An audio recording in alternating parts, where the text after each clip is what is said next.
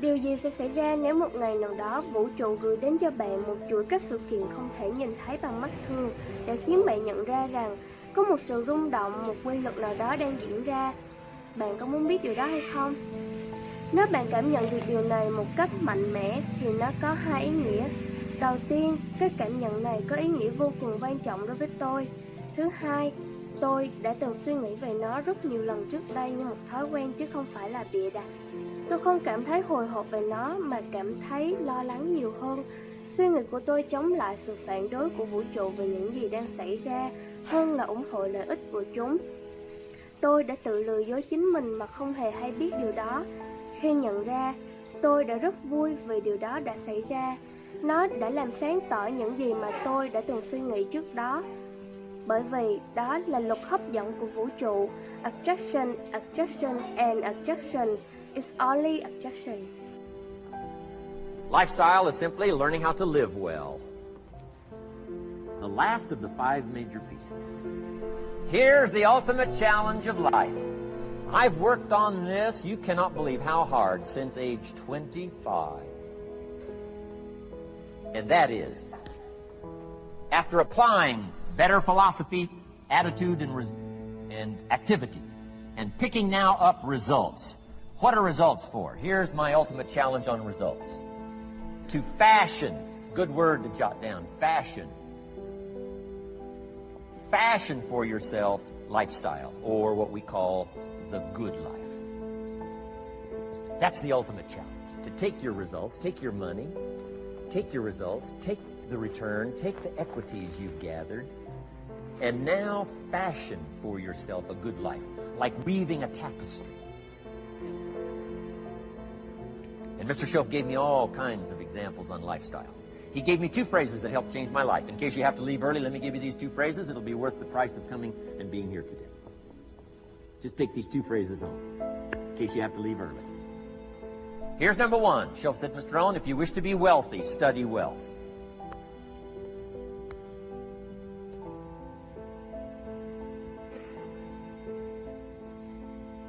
When he said that, I said, my gosh, I don't know anybody that studies wealth.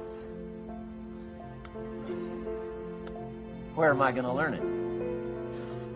He said, never mind, Mr. Rohn, now that you've met me, if you'll be with me for a while, he said, and if you'll commit yourself, he said, I will teach you. And he taught me.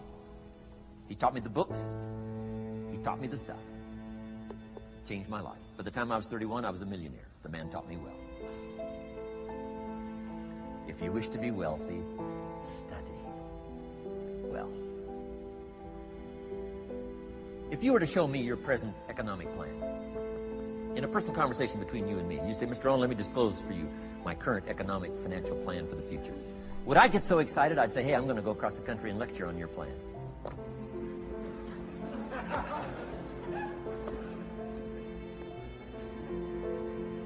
And if the answer is no, Mr. Rohn, you probably wouldn't want to go across the country and lecture on my plan. Here's my question to you. Why not? Why wouldn't you have a superior, powerful financial plan that's taking you to the places you want to go? I'm asking you, if you find yourself caught like I was at age 25, make the personal commitment today and say, I'm going to study and I'm going to change. And 5 years from now, nobody's going to be able to say, how come you don't have a superior plan living in a superior country with superior opportunity? Nobody's going to be able to say that 5 years from now. If you'll make that commitment, I'm telling you, this will be one of the most exciting days of your life. Not because of my seminar. It'll be one of the most exciting days of your life because of your commitment to this simple little process I've outlined for you. Here was the second phrase. Mr. Schoaf said, Mr. Rohn, if you wish to be happy, study happiness. I didn't know happiness was a study. My best hope for happiness at age 25 was to just go through the day with my fingers crossed, hoping somehow something would make me happy. Schoaf said, no, Mr. Rohn, happiness is not something you postpone. Happiness is not something off in the future. Happiness is something you design. You've got to get the word. Happiness is something you design. Happiness is a study. Happiness is a practice. Happiness is an art. It's not an accident. It's an art. And anybody that wants to can study, practice the art of happy living.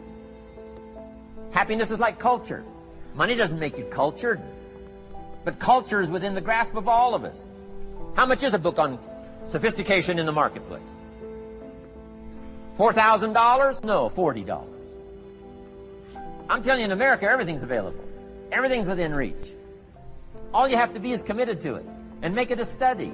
Culture is a study. Sophistication is a study. It's not an amount. It's not an account. It's a study. Money doesn't make you sophisticated and cultured. I know a guy that's rich. He's a clod. The guy's a clod. Eats with his elbow in his soup. I mean, he's just a clod. Nothing much more pitiful than a rich clod. I mean, it's a sad thing to see. Money doesn't make you sophisticated. Only study and practice makes you sophisticated. Only study and practice makes you cultured. And only study and practice makes you happy. Study and practice makes you rich. Key phrase, don't be lazy in learning. 1, how to do well. Next, how to live well. Don't be lazy in learning and practicing the art of economics, practicing the art of productivity, and practicing the art of lifestyle. Shoaff taught me in such simple terms.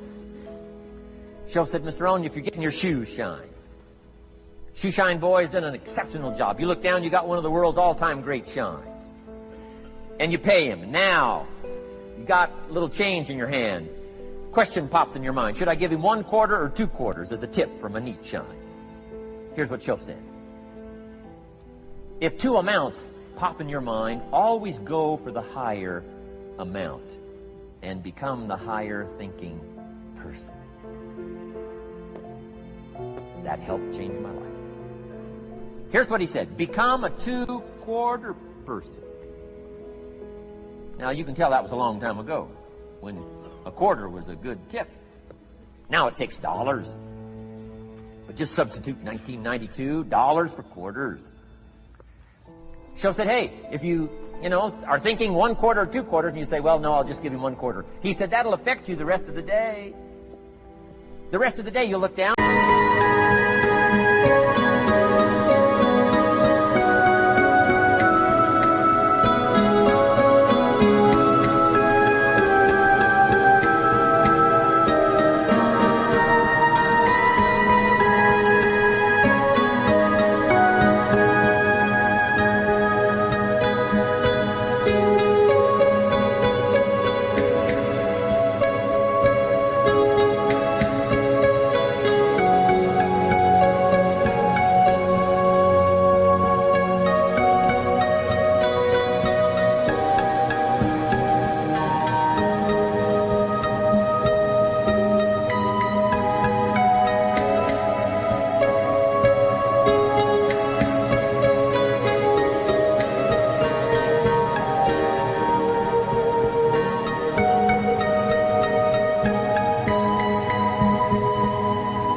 See this great shine, you'll say, I got to be really cheap. 1 lousy quarter, tip from a shine. But he said, if you'll go for the 2 quarters, Shoaff said, you can't believe the extra happiness you can buy for just an extra quarter. That's called studying and practicing the art of lifestyle, which means living well. Money doesn't make you happy. Father wads up a $20 bill, throws it at his son, and says, if you need the darn stuff that bad, take it, just get out of my face. How sad, a father with money and no joy. He studied economics, but he never studied joy. I'm asking you to turn that around. Turn that all around. I did a seminar one time, St. Louis, Missouri. When I finished a seminar like this, a man walked up and said, Mr. Rohn, you've really gotten to me. He said, I'm going to change my philosophy, I'm going to change my attitude, I'm going to change my life, I'm going to change everything. He said, you've touched me today. And he said, you'll hear about me. You'll hear my story someday. I said, okay. Right? A lot of people, right, say things. Sure enough, a few months later, I come back to St. Louis, did another seminar. When I finished my seminar, I saw this man come walking up. I didn't remember his name, but he said, I'm sure you'll remember me as the man who said, I'm going to go make some changes. You've touched me today. I said, I do remember you. He said, I'm telling you, things are already happening for me. I cannot believe in just a matter of months. He said, one of the things I decided to change was my relationship with my family. He said, my wife and I have 2 lovely teenage daughters. Parents couldn't ask for any more beautiful, lovely daughters.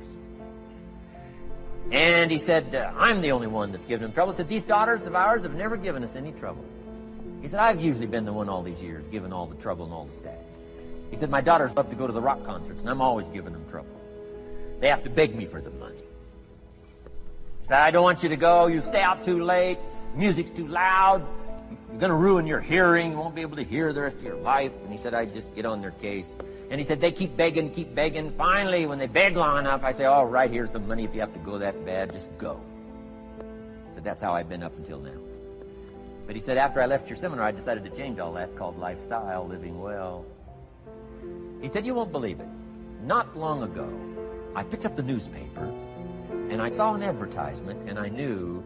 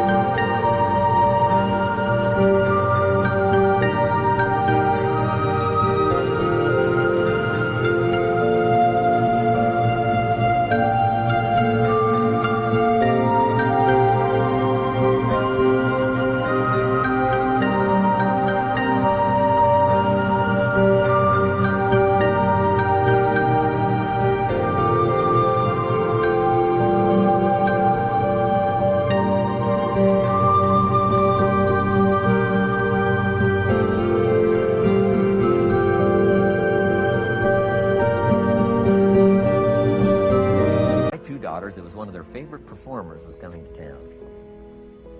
He said, guess what I did? He said, I went down and bought the tickets myself